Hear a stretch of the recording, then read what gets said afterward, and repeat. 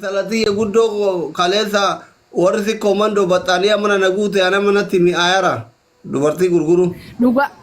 Dhugaa doktor ogaa baxaanii isaanii akkasitti ugisoo arku baay'ee takka gammade ani sanbichaa miti waan guddaa turre siyaafee itti lafaate baay'ee takka gammade ammoo sila anillee gaafa naa dhafaatee fuudhe isallee akkatti ugisuuf taajeeti abjuuni beekega akkasin niyyadhee ture.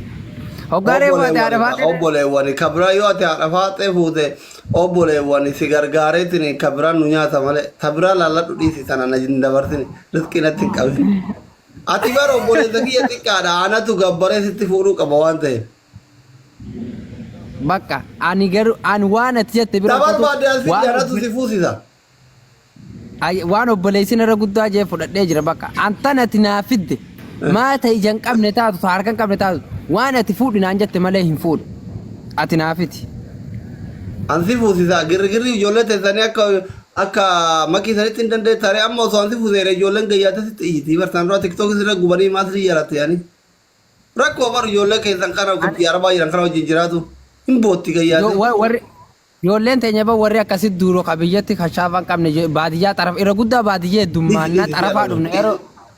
Dhiisina ati callisaan dabarsuu hin dandeetta osoo deebiin deebiin. Een hin danda'a wallaahi deebii takkaan malee wallaahi hin danda'a. Shamara eessaa fuutu eessaa barbaadda fedhiin kee shamara kutaa oromiyaa keessaa tan fuudhu. Dhibbaan dhibbatti yoon du'ellee shamara arsii fuudhuu barbaada gumaan kafaladha.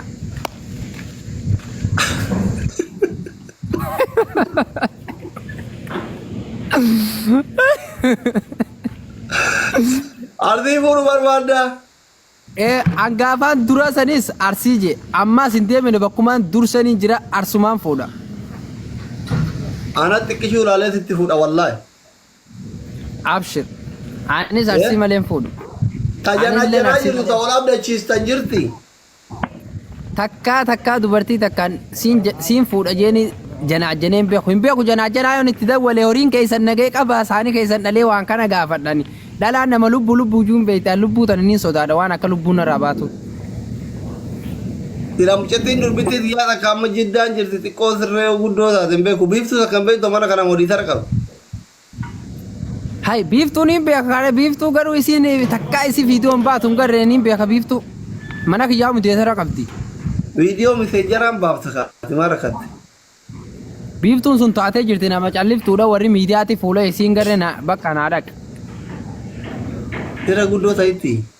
Umriin kee meeqa? Urmiin kiyyaa 19 waan kijibu 19 bara 1998 keessa dhaladhani akka Itoophiyaa. Hin geenne qabuus abeeki mudhisi kutti. Timira halkanii guyyaa timira daakuu. Gaafa baatu iyyuu 19. Timira dhuguttiin jira bara timira asii kana ni beektaa miti timiraan akka kallaata daakee dhugaa jira. Mudhiin jajjabduudha rakkoo miti. Jabaadha. Lakkoofsa isii hin qabdaa? Hin qabu lakkoofsa isii. Saachaan alhamdulillah dhafaatee naa dhiiftee.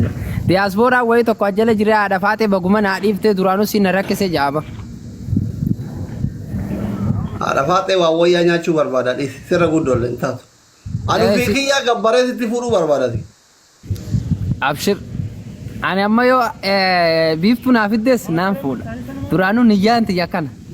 Tana ati naa fidde bichaa fuudha. Amma argee keessaa intala takka hin qabaa obboleessa tokko gaarii si qabaa sittillee fuudhuu barbaada. Amma makkee heerumsee sittillee fuudhuu barbaada. Ayyee. Ni ta'a. Baati baatee hin dandeettu marshii qabu. Manjaa fi qaadii shanaffaan qabdu ati amma haasofni kun ati daa'ima waan taateef si hin galu. Haadha baatee kan fuudhuu danda'u warra agara qaraacii oofu amma fakkeenyaaf namni manjaa fi qaadii sadaffaa tokkoffaa lammaffaa qabu makiinaa xixiqqoo fi ta'ummataa malee oofuu hin danda'u. Shanaffaa kan qabu biyya keenyatti agara qaraacii oofa si galee agara qaraacii hin beektaa? Akka kunoo diyaaspooraan warri giiftii kennu tiraak oofuu kan. Eeyyama isiin ooftu hin qabdu ati amma hin geenne achi eeyyama san baafachuu umrii si daangeessa waan biraa miti. Abshir. Yeroo magaalaa obboleessaa qabaadheedha. sila nama tokko taate achin darbanii funyoo fitti dhumalee laga sambu'ee deebuun danda'u bagan irraa na deebifte abo obboleessa gaarii qabaachuun akkana bareetti